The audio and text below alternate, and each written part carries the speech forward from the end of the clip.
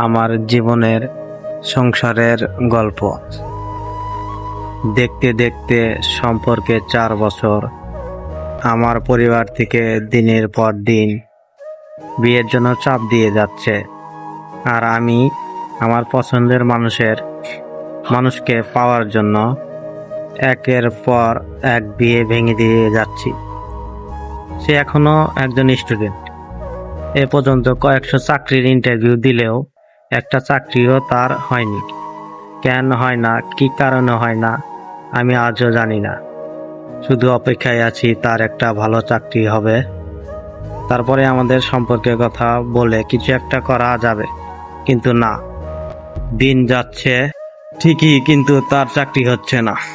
একটা পর্যায়ে আমার পরিবার থেকে বলতে গেলে এক প্রকার জোর করে আমাকে বিয়ে দিতে চাইলো। তখন সত্য অনেক নিরুপায় হয়ে বাসা ছাড়তে হলো আমার।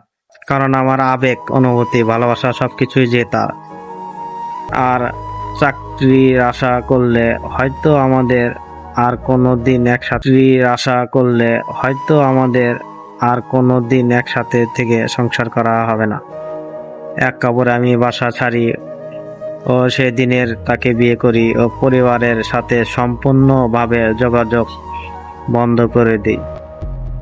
কোনটা ভালো করছি আর কোনটা খারাপ করছি এইসব ভাবার সময় এখন না। এখন কাজ হলো আপাতত দুজনের থাকার জন্য ছোট একটা ঘর আর আলু ভর্তা ও ডাল দিয়ে কোনো রকম পেট সামলানো। আর এটা করতে হলে অল্প কিছু টাকার প্রয়োজন। আমার গলায় 4 আনা একটা চেন ও কানে 4 আনা 2টা দুল ছিল। সেখান থেকে গলার চেনটা বিক্রয় করে ভালো কিছু টাকা পাই। দুজনে বেশ কিছুদিন চলে যাবে ভেবে বেশ ভালো লাগছে। আশা করি এর মধ্যে তার একটা চাকরি ব্যবস্থা হয়ে যাবে। এভাবে আমাদের ছোট ভালোবাসার সংসারটা খুব ভালোভাবে চলছে। প্রতিদিন একই রকম খাবার আর দুজনে ভালোবাসাময় খুঁতখুঁতি আমাদের ভালো দিন কাটছে।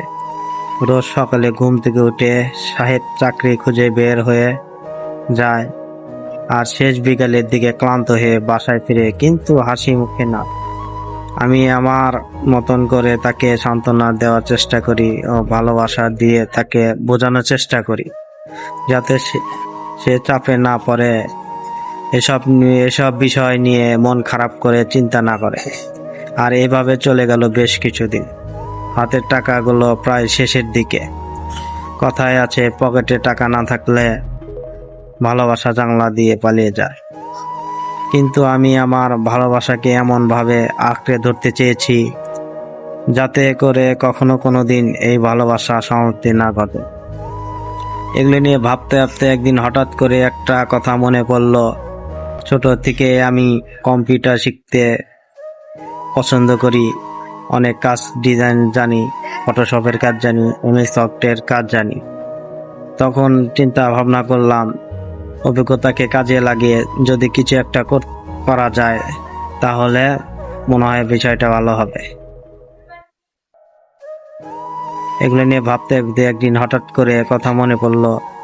ছোট থেকে আমি আঁকাআঁকি করতে পছন্দ করি ও আঁকাআঁকি করে খুব ভালো ভালো ডিজাইন তৈরি করতে পারি।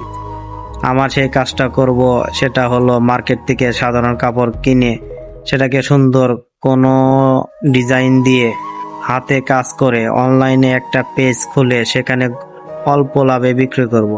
আর এই অভিজ্ঞতাকে কাজে লাগে যদি নিজেরা ভালো কিছু একটা করতে পারি তাহলে বিষয়টা খারাপ হবে বলে মনে হয় না।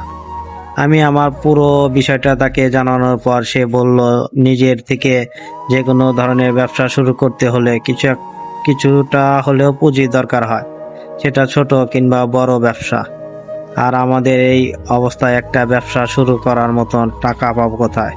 তখনই আমার কানে থাকা 4 আনা 2টা দুলের কাজে লাগায়, আর সেই টাকা দিয়ে আমাদের প্রয়োজন সব